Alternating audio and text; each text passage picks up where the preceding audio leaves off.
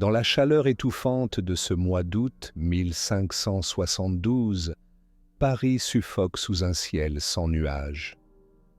Les pierres des bâtiments renvoient la chaleur accumulée pendant la journée, transformant les ruelles étroites en fournaises. L'air est lourd, comme si la ville elle-même retenait son souffle, pressentant l'horreur qui allait bientôt s'abattre sur ses habitants. Le Louvre se dresse, imposant, ses murs épais protégeant momentanément ses occupants de la chaleur extérieure.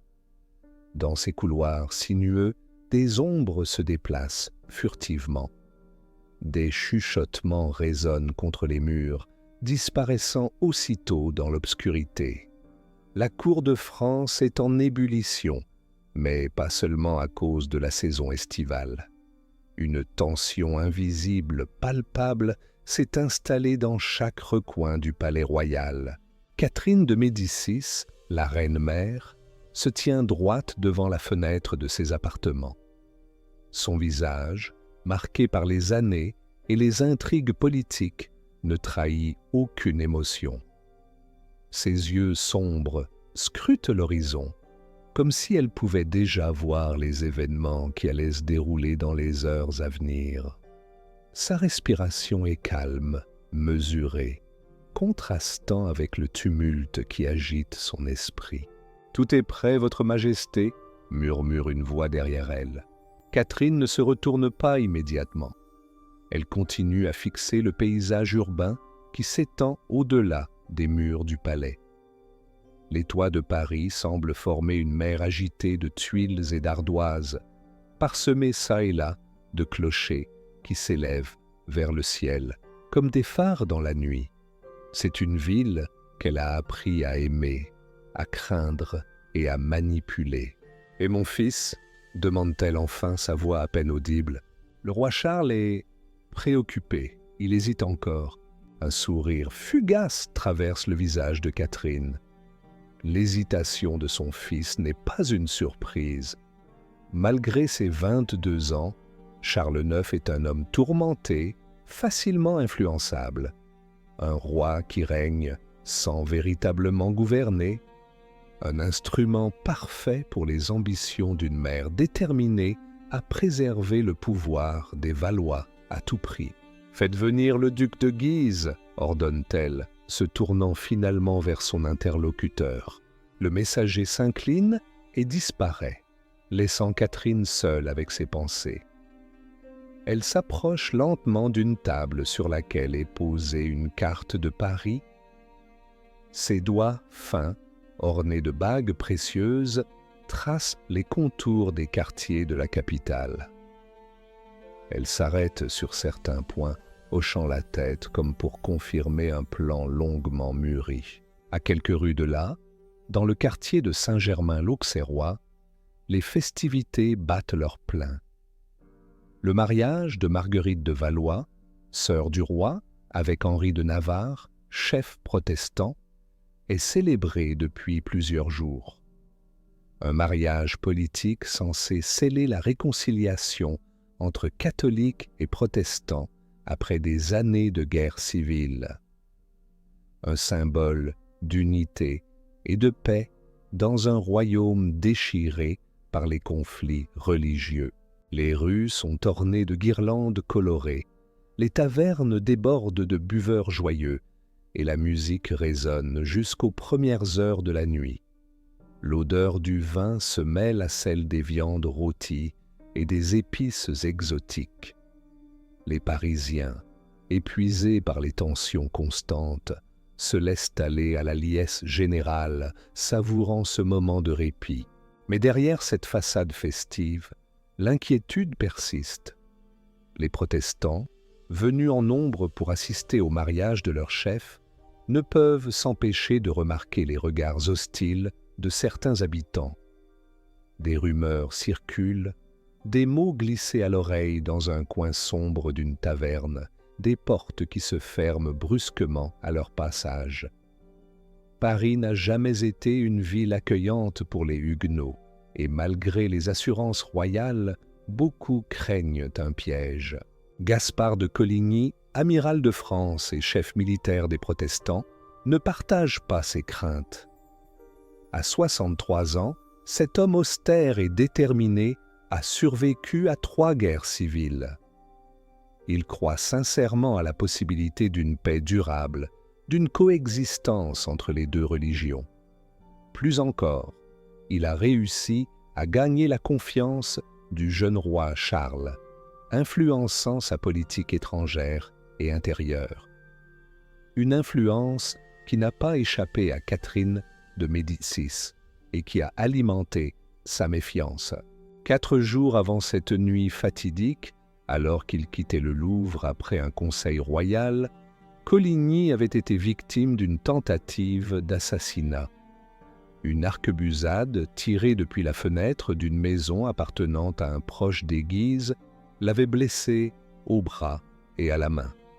L'attentat avait provoqué l'indignation générale et le roi lui-même avait promis justice. « Je ressens la douleur et l'outrage plus que vous-même », avait déclaré Charles IX en visitant l'amiral alité.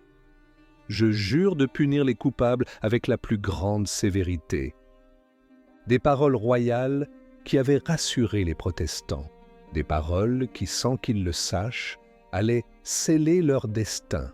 Au Louvre, le duc de Guise s'incline devant Catherine.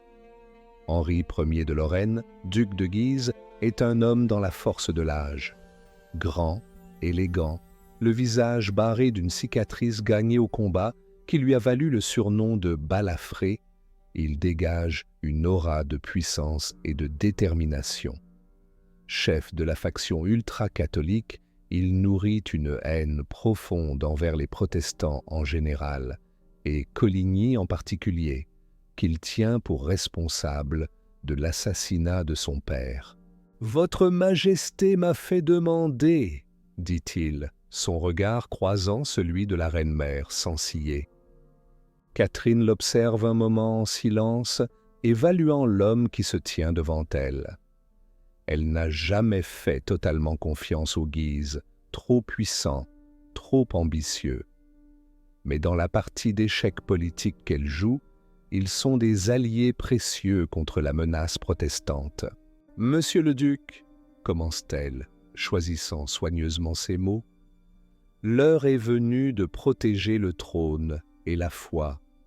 La présence de Coligny et de ses partisans à Paris représente une opportunité que nous ne pouvons laisser passer. » Guise hoche la tête, un sourire presque imperceptible sur les lèvres.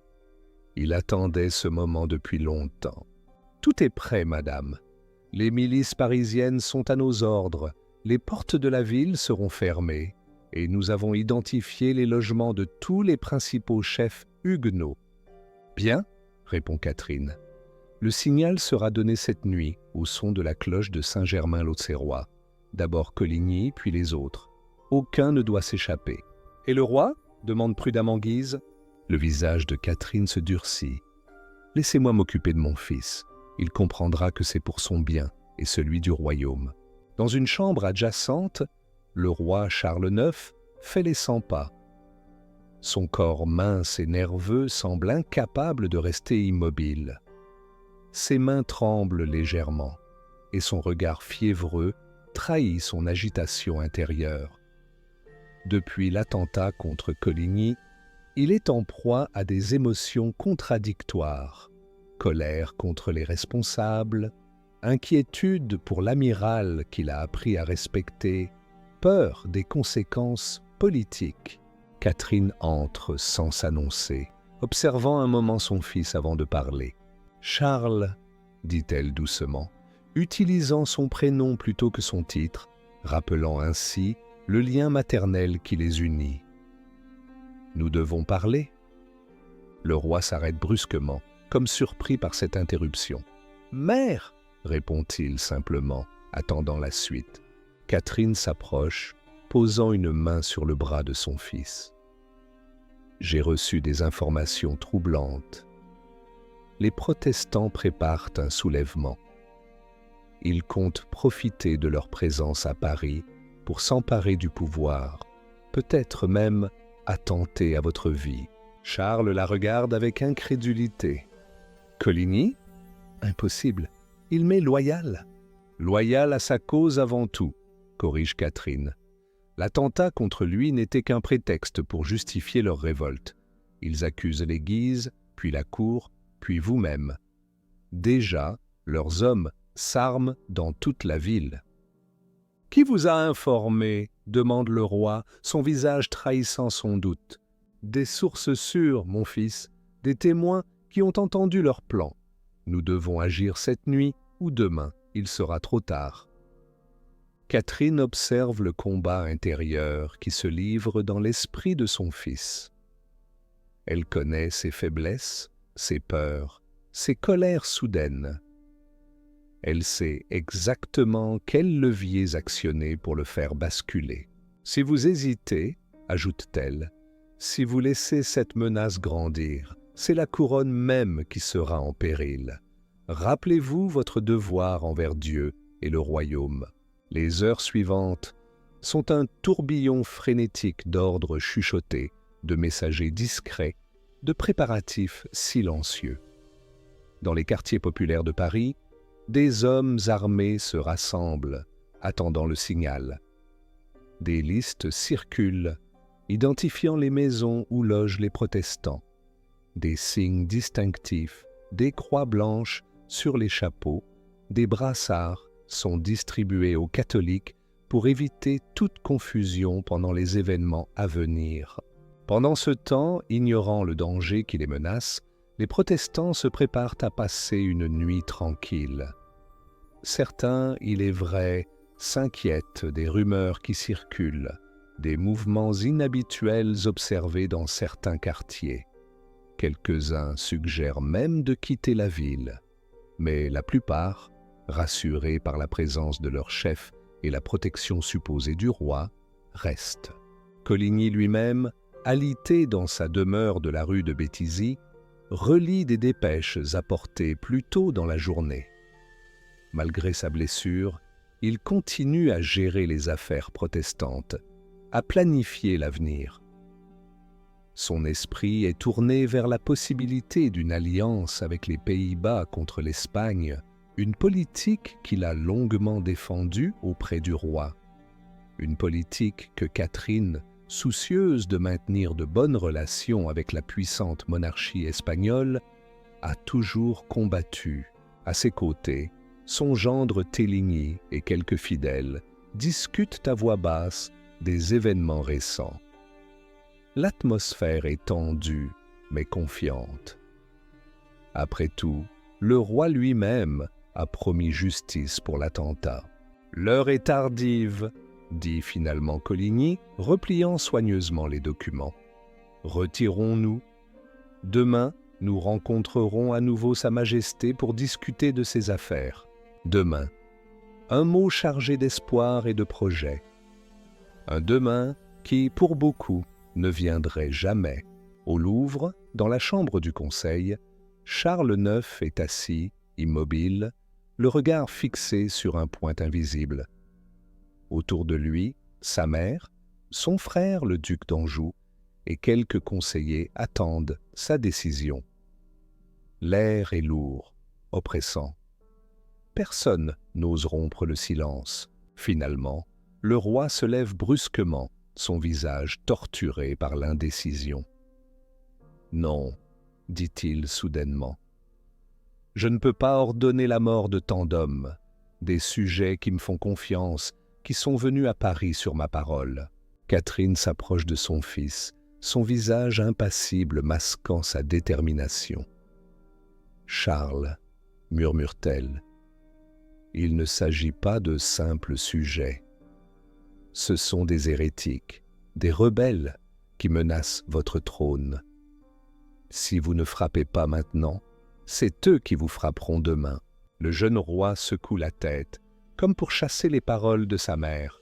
« Coligny, » commence-t-il. « Coligny plus que tout autre, » l'interrompt Catherine, sa voix se durcissant. « Il vous manipule, utilise votre jeunesse et votre inexpérience pour servir ses propres ambitions. Pensez-vous qu'il se soucie véritablement de vous de la France. Il ne voit en vous qu'un instrument pour sa cause. Le doute s'inscrit sur le visage de Charles. Sa mère continue, implacable, jouant sur ses insécurités, sa peur de trahison, sa colère enfouie. « Tuez-les tous !» s'écrie finalement le roi dans un accès de rage soudaine, frappant la table de son poing. « Tuez-les tous, pour qu'il n'en reste pas un pour me le reprocher !» Ces mots, prononcés dans un moment de faiblesse et de fureur, scellent le sort de milliers d'hommes, de femmes et d'enfants. Des mots qui hantent encore l'histoire de France des siècles plus tard. Catherine échange un regard avec le duc d'Anjou. Un ordre est immédiatement transmis au duc de Guise et au capitaine de la milice parisienne. Le massacre peut commencer. À 2 heures du matin, dans la nuit du samedi 23 au dimanche 24 août 1572, la cloche de l'église Saint-Germain-l'Auxerrois commence à sonner. Un son grave, lugubre, qui se répand dans la nuit parisienne comme un présage de mort. Bientôt, d'autres cloches se joignent à elle, créant une cacophonie sinistre qui réveille les habitants endormis. Dans les rues soudain illuminées par des torches, des hommes armés se mettent en mouvement. Ils portent des croix blanches sur leurs chapeaux, des brassards pour se reconnaître dans l'obscurité. Leurs visages sont tendus, certains marqués par la peur, d'autres par une excitation malsaine. Des ordres sont criés, des groupes se forment, se dirigeant vers des destinations précises. Le premier à mourir cette nuit-là est Coligny. Le duc de Guise lui-même, accompagné du duc d'Aumale et du chevalier d'Angoulême, se rend à sa demeure. Les gardes suisses, placés par le roi pour protéger l'amiral, sont rapidement submergés. Les assaillants pénètrent dans la maison, montant l'escalier qui mène à la chambre de Coligny. Réveillé par le bruit, l'amiral comprend immédiatement ce qui se passe. Il ordonne à ses serviteurs de fuir, puis se tourne vers son ministre protestant, Merlin. « Je suis prêt à mourir, » dit-il avec calme. « Sauvez-vous, vous ne pouvez plus rien pour moi. » La porte de la chambre cède sous les coups répétés. Un Allemand nommé Besme, au service des Guises, est le premier à entrer, suivi par d'autres hommes armés. « Es-tu Coligny ?» demande Besme, bien qu'il connaisse déjà la réponse. « Je le suis », répond l'amiral avec dignité, se tenant droit malgré sa blessure. « Jeune homme, tu devrais respecter mes cheveux blancs. Mais fais ce que tu veux, tu ne peux abréger ma vie que de peu de jours. » Sans autre parole, Besme plonge son épée dans la poitrine de Coligny. Les autres assaillants se joignent à lui, frappant le corps qui s'effondre. En quelques instants, l'un des hommes les plus puissants de France n'est plus qu'une masse sanglante. « C'est fait !» crie Besme par la fenêtre. En bas, Guise attend confirmation. « Besme, as-tu fini ?»« C'est fait, monseigneur. Jette-le par la fenêtre que nous le voyons de nos propres yeux. » Le corps mutilé de Coligny est soulevé et précipité dans la cour. Il tombe avec un bruit sourd aux pieds de Guise. Le duc s'agenouille, essuie le sang du visage pour s'assurer de l'identité de la victime, puis murmure « Je te reconnais. C'est bien toi. » Se relevant, il donne un coup de pied au cadavre et ordonne « Courage, compagnons, nous avons heureusement commencé. Allons aux autres, le roi l'ordonne. » Le corps de Coligny est traîné dans les rues par la populace, mutilé davantage, et finalement pendu par les pieds au gibet de Montfaucon, là où l'on exposait habituellement les criminels exécutés. Pendant ce temps, dans toute la ville, l'horreur se déchaîne. Des groupes armés enfoncent les portes des maisons où logent des protestants. Hommes, femmes, enfants, vieillards, personne n'est épargné. Les cris de terreur se mêlent aux hurlements de haine, créant une symphonie macabre qui s'élève vers le ciel étoilé. Dans le quartier de la place Maubert, une famille est arrachée au sommeil par des coups violents à la porte. Le père, un marchand drapier connu pour ses sympathies protestantes, tente désespérément de barricader l'entrée pendant que sa femme cache leurs 3 enfants dans une armoire. « Priez !» murmure-t-elle au petit visage terrifié. « Priez et ne faites pas de bruit, quoi qu'il arrive. » La porte cède sous la force des assaillants. Le marchand est immédiatement transpercé par plusieurs épées. Sa femme, témoin de l'horreur, pousse un hurlement qui s'éteint rapidement lorsqu'une dague s'enfonce dans sa gorge. Les tueurs fouillent ensuite la maison, renversant meubles et coffres à la recherche d'objets de valeur et d'autres hérétiques. Par miracle, l'armoire où se cachent les enfants est ignorée. Plus loin, sur le pont Notre-Dame, un groupe de protestants tente de fuir vers la rive droite. Ils sont interceptés par une bande de miliciens. Certains sont jetés dans la Seine, où des bateliers les attendent avec des crochets pour les achever s'ils tentent de nager. D'autres sont exécutés sur place, leurs corps laissés en tas sur le pont comme un avertissement. L'odeur du sang imprègne l'air nocturne, se mêlant à celle de la poudre des arquebuses et des torches fumantes. Les ruelles étroites de Paris, habituellement silencieuses à cette heure, résonnent de bruits de courses, de supplications, de cris d'agonie. Dans une maison proche du Louvre, un groupe de gentilshommes protestants, logés là sur ordre du roi pour les festivités du mariage, est réveillé par des gardes royaux. On leur dit que le roi les demande. Croyant à une convocation urgente, ils suivent les gardes jusqu'à la cour du palais, où les attendent des hommes armés.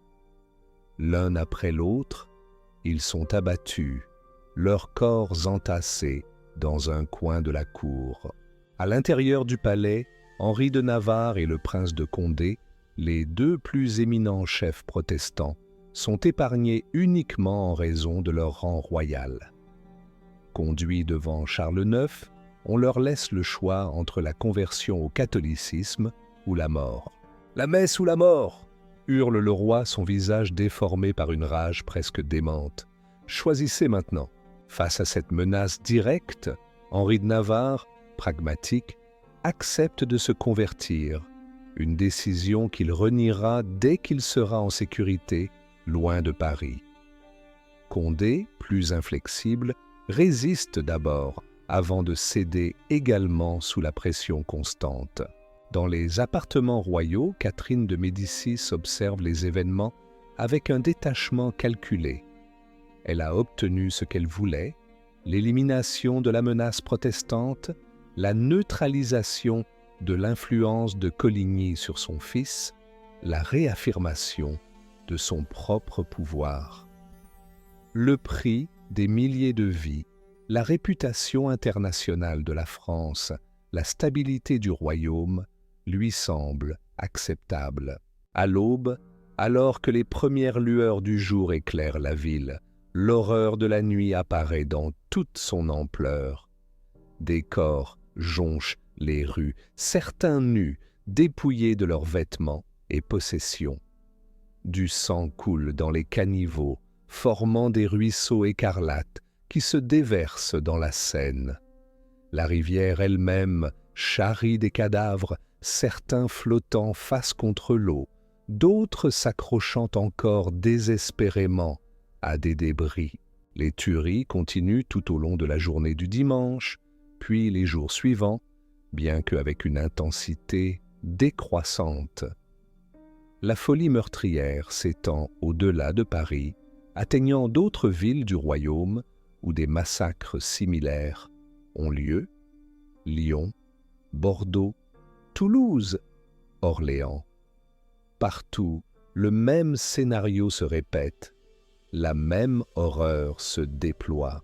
Au Louvre, le roi Charles IX oscille entre des moments de jubilation presque maniaque et des périodes de profonde dépression.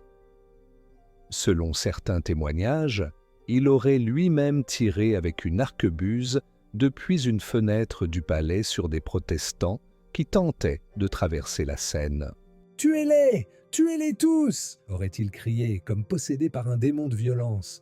Mais à d'autres moments, il semble horrifié par ce qu'il a déclenché.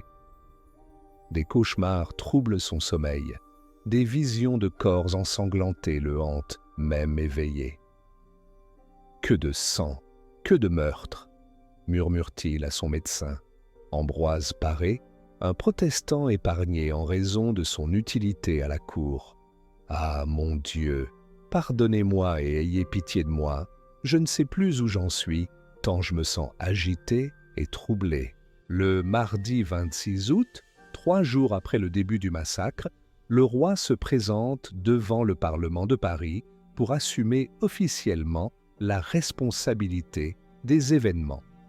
Dans un discours préparé par ses conseillers, il affirme avoir ordonné l'élimination des protestants pour prévenir un complot visant à assassiner la famille royale et renverser le gouvernement. « C'était eux ou nous !» déclare-t-il, sa voix manquant de conviction malgré les mots fermes. « J'ai agi pour protéger le trône et la vraie religion. » Le Parlement, composé de juges catholiques, applaudit cette justification et ordonne des cérémonies religieuses pour célébrer la victoire sur les hérétiques. Une médaille commémorative est même frappée, portant l'inscription latine « Pietas excitavit justitiam ».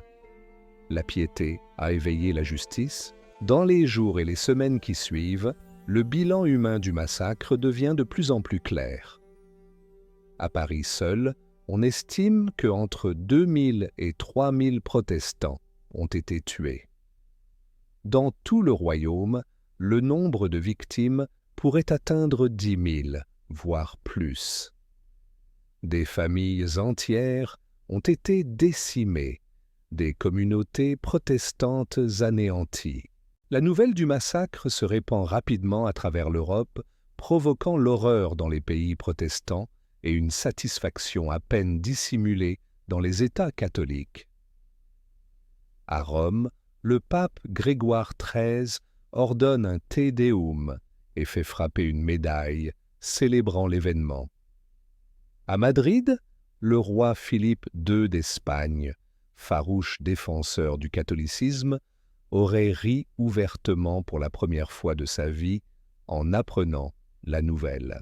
En revanche, en Angleterre, la reine Élisabeth Ier reçoit l'ambassadeur français dans une salle tendue de noir, en signe de deuil. Les princes protestants d'Allemagne expriment leur indignation et leur crainte que de tels événements ne se reproduisent chez eux. Pour les protestants français survivants, la Saint-Barthélemy marque un tournant décisif. La confiance dans la parole royale est irrémédiablement brisée. Beaucoup fuient vers des pays plus accueillants, l'Angleterre, les Pays-Bas, les États allemands, emportant avec eux leurs compétences et leur savoir-faire. D'autres se retranchent dans leurs places fortes du Sud et de l'Ouest, déterminés à ne plus jamais se laisser surprendre.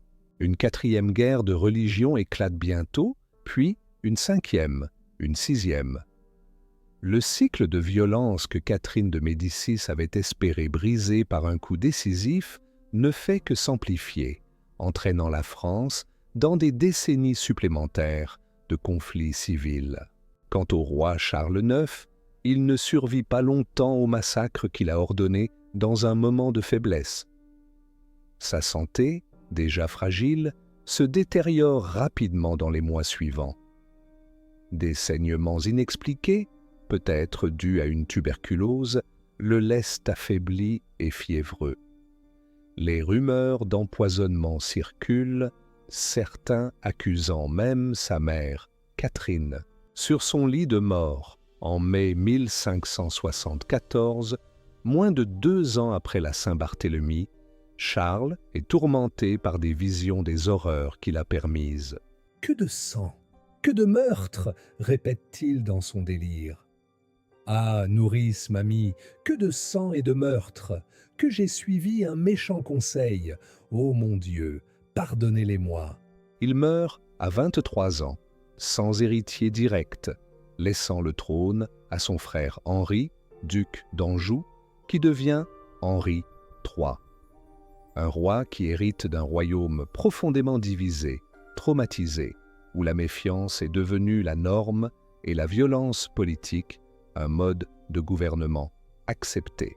Catherine de Médicis, elle, survit à son fils et continue à exercer son influence sur la politique française. Elle, qui avait orchestré la Saint-Barthélemy dans l'espoir de renforcer le pouvoir royal face à la menace protestante, assiste impuissante à l'effondrement progressif de l'autorité monarchique. Ironiquement, c'est Henri de Navarre, l'un des rares chefs protestants à avoir survécu au massacre grâce à sa conversion forcée, qui finit par monter sur le trône de France en 1589 après l'assassinat d'Henri III. Devenu Henri IV, il met fin aux guerres de religion par l'édit de Nantes en 1598, accordant une liberté de culte limitée aux protestants. « Paris vaut bien une messe », aurait-il déclaré, en se convertissant définitivement au catholicisme pour assurer son accession au trône. Une phrase qui résume l'approche pragmatique d'un homme qui avait vécu la Saint-Barthélemy et en avait tiré des leçons durables sur la futilité des conflits religieux. La Saint-Barthélemy reste dans l'histoire comme l'un des épisodes les plus sombres de l'histoire de France. Un moment où la haine religieuse, manipulée par des intérêts politiques, a conduit à une explosion de violence d'une intensité rarement égalée. Un traumatisme collectif qui a façonné la conscience nationale et influencé la relation entre pouvoir et religion pour les siècles à venir. Lorsqu'on parcourt aujourd'hui les rues de Paris, rien ou presque ne rappelle les horreurs de cette nuit d'août 1572. L'église Saint-Germain-l'Auxerrois se dresse toujours face au Louvre, son clocher silencieux, ne trahissant rien de son rôle dans le déclenchement du massacre. Les ruelles du vieux Paris ont été élargies, reconstruites, modernisées, effaçant les traces physiques du sang versé. Pourtant, dans la mémoire collective, la Saint-Barthélemy demeure. Elle rappelle la fragilité des promesses de paix, la facilité avec laquelle la haine peut être attisée et le danger des manipulations politiques qui exploitent les divisions religieuses.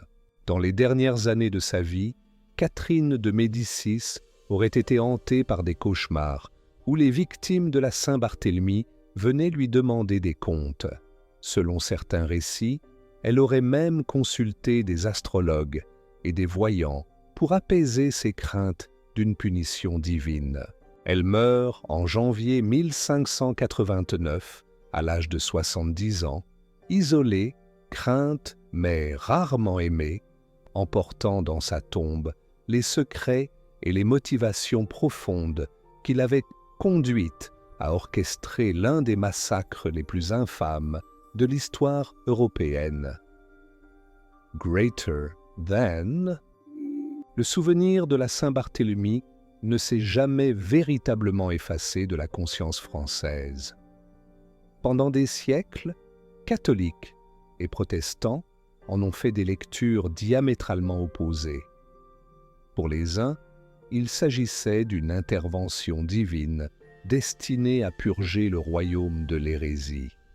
Pour les autres, d'une trahison abominable qui révélait la duplicité de la couronne et la barbarie de leurs adversaires religieux. Les échos de cette nuit sanglante ont résonné bien au-delà des frontières de la France et de son époque.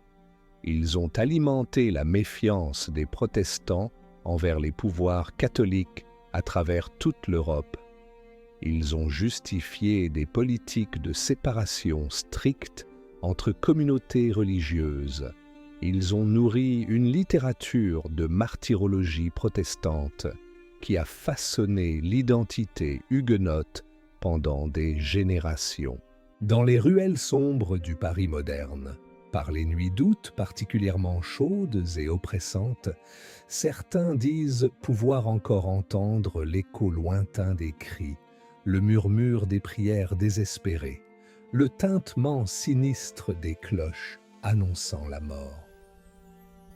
Une mémoire fantomatique qui refuse de disparaître complètement, comme si la pierre elle-même avait absorbé la terreur et la souffrance de ces heures tragiques. Les historiens modernes continuent de débattre des responsabilités exactes dans le déclenchement du massacre. Certains y voient principalement l'œuvre de Catherine de Médicis, calculatrice et manipulatrice, déterminée à éliminer l'influence protestante à la cour. D'autres soulignent le rôle des Guises et de leur réseau ultra-catholique, qui aurait poussé à une solution radicale. D'autres encore mettent en avant la pression populaire, la haine accumulée pendant des années de guerre civile, qui n'attendait qu'une étincelle pour exploser. La vérité, comme souvent, est sans doute une combinaison complexe de ces différents facteurs. Un enchaînement fatal de décisions, de circonstances et de passions qui a conduit à une catastrophe que personne, peut-être, n'avait entièrement anticipée dans son ampleur et ses conséquences. Ce qui est certain, c'est que la Saint-Barthélemy a marqué un tournant dans les guerres de religion françaises. Avant elle, une réconciliation semblait encore possible, un compromis envisageable. Après, les positions se sont durcies, la méfiance est devenue la norme et la coexistence pacifique un rêve lointain. Il faudra attendre l'édit de Nantes, 26 ans plus tard, pour qu'un semblant de paix religieuse s'établisse dans le royaume. Une paix fragile d'ailleurs, puisque l'édit sera révoqué par Louis XIV en 1685, provoquant l'exil forcé de centaines de milliers de protestants et réveillant les vieux démons de l'intolérance religieuse. Si l'on cherche à comprendre les motivations profondes de Catherine de Médicis, il faut sans doute remonter à ses origines et à son parcours. Née à Florence en 1519, orpheline à quelques semaines, elle a grandi dans l'Italie des Médicis, une Italie de la Renaissance où politique et intrigue se mêlaient intimement, où Machiavel venait d'écrire « Le Prince », où la fin justifiait souvent les moyens. Mariée à 14 ans à Henri, second fils du roi François Ier de France, elle passe les premières années de son mariage dans l'ombre, humiliée par la préférence affichée de son époux pour sa maîtresse, Diane de Poitiers. Lorsqu'Henri devient roi, en 1547, Catherine reste en retrait, accumulant silencieusement observation et expérience. C'est à la mort accidentelle d'Henri II en 1559, lors d'un tournoi, que Catherine émerge véritablement comme force politique. Mère du jeune roi François II, puis de Charles IX et Henri III, elle devient régente de fait, déterminée à préserver le pouvoir des Valois face aux factions rivales qui menacent de déchirer le royaume. Les Guises d'un côté, les Bourbons et les Montmorency de l'autre. Dans cette perspective, la religion n'est pour elle qu'un instrument politique, une force qu'il faut maîtriser plutôt qu'un dogme à défendre. Sa décision d'éliminer les chefs protestants en 1572 s'inscrit dans cette logique de pouvoir. Il s'agit moins de défendre le catholicisme que d'écarter une influence jugée dangereuse pour l'autorité royale, celle de Coligny sur le jeune Charles IX, une vision froide, calculatrice, résolument politique, qui explique l'apparente indifférence avec laquelle elle a contemplé les conséquences humaines de sa décision. Pour Catherine, formée à l'école italienne du pouvoir, la raison d'État justifiait tous les moyens, y compris le massacre de milliers de sujets. Ce qui nous ramène à cette nuit d'août 1572, où Paris s'est transformé en théâtre d'horreur sous un ciel d'été étoilé. Une nuit où les cris des victimes se mêlaient au son des cloches, où le sang coulait dans les ruelles, comme après une pluie d'orage, où l'humanité semblait avoir cédé la place à une bestialité primitive. Des récits de témoins émerge une vision apocalyptique. Des enfants arrachés des bras de leur mère pour être jetés par les fenêtres. Des femmes violées avant d'être massacrées. Des hommes suppliants traînés hors de leur maison pour être exécutés dans la rue. Des cadavres dépouillés, mutilés, parfois même démembrés par une foule en délire. Un protestant qui avait réussi à se cacher dans un grenier raconte comment il a observé, à travers une fente du plancher, l'exécution méthodique de sa famille. Comment il a dû étouffer ses cris quand sa jeune sœur, âgée de 7 ans, a été poignardée après avoir demandé grâce. Comment il est resté immobile pendant 3 jours, entouré de rats attirés par l'odeur du sang qui imprégnait la maison, avant de pouvoir s'enfuir, déguisé en moine. Un autre témoin, un marchand italien présent à Paris pour affaires, décrit une scène sur le pont au change, où des corps étaient jetés dans la Seine. « J'ai vu un homme, écrit-il, qui s'était agrippé à une pile du pont. Il est resté là, dans l'eau glacée, pendant des heures, pendant que la populace le visait avec des arquebuses, faisant de lui une cible vivante. Quand finalement une balle l'a touché et qu'il a lâché prise, des acclamations se sont élevées, comme si l'on célébrait une victoire glorieuse. Ces récits, transmis oralement puis mis par écrit, ont façonné l'image de la Saint-Barthélemy dans l'imaginaire collectif. Une image d'autant plus puissante qu'elle a été immortalisée par des artistes et des écrivains au fil des siècles. François Dubois, peintre protestant qui a fui la France après le massacre, a créé l'une des représentations visuelles les plus saisissantes de l'événement. Son tableau, peint quelques années après les faits, montre Paris livré à la folie meurtrière. On y voit des corps entassés, des soldats poursuivant des fugitifs, des maisons en flammes, et au centre, la figure de Catherine de Médicis contemplant froidement les cadavres. Plus tard, des écrivains comme Agrippa d'Aubigné dans Les Tragiques ou Prosper Mérimée dans sa chronique du règne de Charles IX ont contribué à maintenir vivante la mémoire de cette nuit sanglante. Alexandre Dumas en a fait un élément central de son roman La Reine Margot, associant définitivement dans l'imaginaire populaire la figure de Catherine de Médicis à une vision machiavélique et impitoyable du pouvoir. Ses œuvres, et bien d'autres, ont fait de la Saint-Barthélemy plus qu'un simple épisode historique. Elle est devenue un symbole, une métaphore de l'intolérance religieuse, de la manipulation politique, de la capacité humaine à la violence collective. Un avertissement sur les dangers du fanatisme et de la haine de l'autre. Il est significatif que, près de 4 siècles et demi après les événements, les historiens continuent de débattre des détails, des motivations et des conséquences du massacre. Certains points restent obscurs, certaines questions sans réponse définitive. Combien de victimes exactement? Les estimations varient considérablement, de 2000 à 30 000 pour l'ensemble du royaume.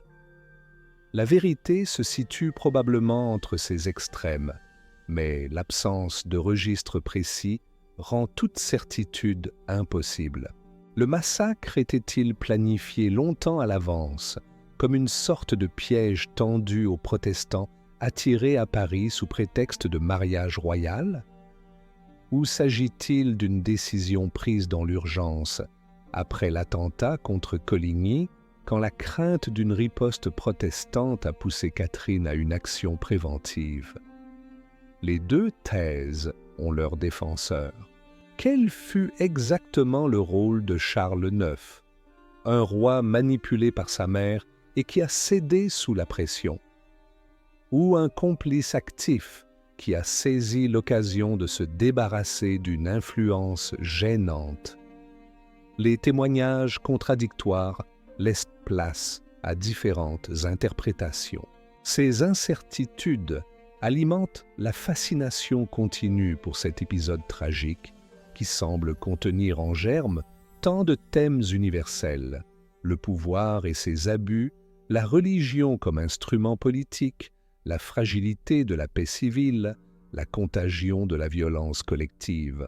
La Saint-Barthélemy nous parle encore, à travers les siècles, de la façon dont la peur de l'autre peut conduire aux pires atrocités, de comment la manipulation des croyances et des identités peut transformer des voisins pacifiques en bourreaux impitoyables, de la responsabilité des dirigeants dans le déclenchement ou l'apaisement des passions populaires.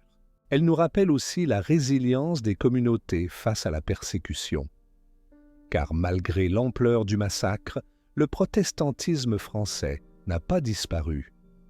Affaibli, traumatisé, mais non anéanti, il a survécu, s'adaptant aux nouvelles réalités, trouvant des formes de résistance, maintenant vivant une tradition religieuse et culturelle distincte. À l'aube qui suivit cette nuit d'horreur, alors que Paris découvrait l'ampleur du carnage, un silence étrange s'était abattu sur la ville. Un silence chargé de honte pour certains, de satisfaction malsaine pour d'autres, d'incrédulité pour beaucoup. Un silence qui contrastait violemment avec les hurlements et le chaos de la nuit. Dans ce silence, quelque chose s'était brisé dans l'âme collective du royaume. Une confiance, une innocence peut-être, avait disparu à jamais. La France, d'après la Saint-Barthélemy, n'était plus tout à fait la même. Plus sombre, plus méfiante, marquée par un traumatisme qui allait influencer sa politique et sa culture pour des générations. 450 ans plus tard, alors que nos sociétés continuent de lutter avec les questions de diversité religieuse, de coexistence pacifique et de manipulation politique des peurs collectives, l'écho de cette nuit sanglante résonne encore. Comme un avertissement du passé, un rappel de ce qui peut arriver quand la haine et la peur l'emportent sur la raison et l'humanité.